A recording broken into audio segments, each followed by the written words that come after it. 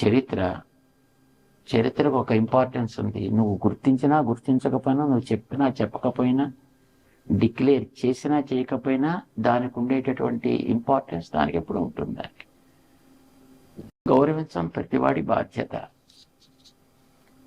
దాన్ని వాడు గుర్తించకపోతే గుర్తింపజేయడం సమాజపు బాధ్యత.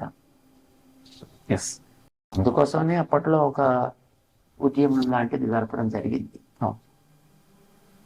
దానికి అనుకూలంగానే వచ్చింది, కానీ ఇప్పటిదాకా ఆ పైన ఉండేటటువంటి నేతలకి దాని మీద దృష్టి కలగటంలే. ప్రభుత్వాలు మారినా అంటే ఉంచిన వాళ్ళు కూడా వాళ్ళే కదా. అయితే ఇప్పుడు ఉండేటటువంటి ఇప్పటి అధికారులు దాన్ని కూడా మేము చేస్తాము అని చెప్పే వచ్చారు. మరి బహుశా వాళ్ళ మాటను వాళ్ళు నిలబెట్టుకుంటారో మాటని దాటుతారో చూడాలి. ఇంకా వాళ్ళ కాలం ఉంది కదా, ఇంకా కొంతకాలం.